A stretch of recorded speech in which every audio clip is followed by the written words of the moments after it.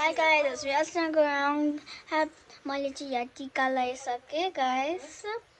मेरो आमाको घरमा गएर फुपूको घरमा गएर टिका लगाइसकेँ। So happy Dashain everyone. So मेरो ड्रेसअप चाहिँ यो हो, जामा जस्तो हो।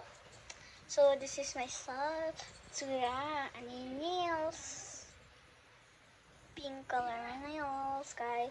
So let's see a part 2. हेर्ने है हुन्छ कि हुन्न गुल्टिन्छु कि बरु यो हुने बेलासम्म गुल्टिन्छ होला।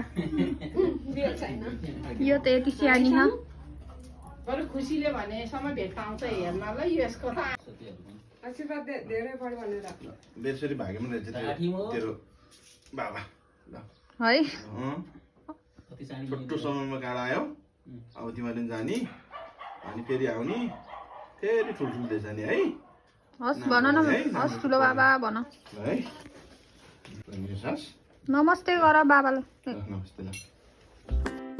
आफ्नोको झुटो पोरे छर्नु टिका यस्तो वाइटमा, खै आफ्नोको यस्तो दामी ड्रेसमा छ। द डिफरेन्स रुन होला। अनि हस् भनेको खै त नि आफ्नै तेरो ल ज्ञानी हुने है। हस् भन।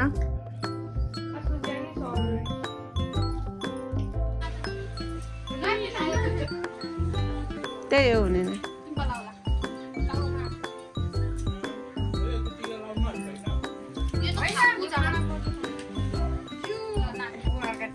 लगाइदिने नि भयो तेरो छोरी नानीलाई लगाइदिनु न, नानीलाई यो निको नेगेटिभ सबै बिचमा खाली भएर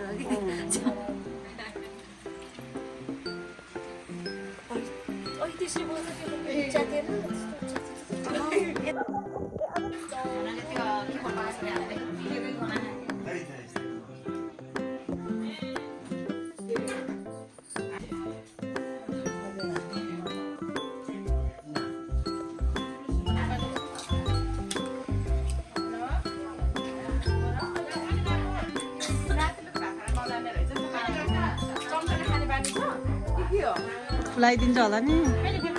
खुलाइदिन्छ होला यसले मलाई त्यस्तो तपाईँलाई त आफै चल अनि घर खाली त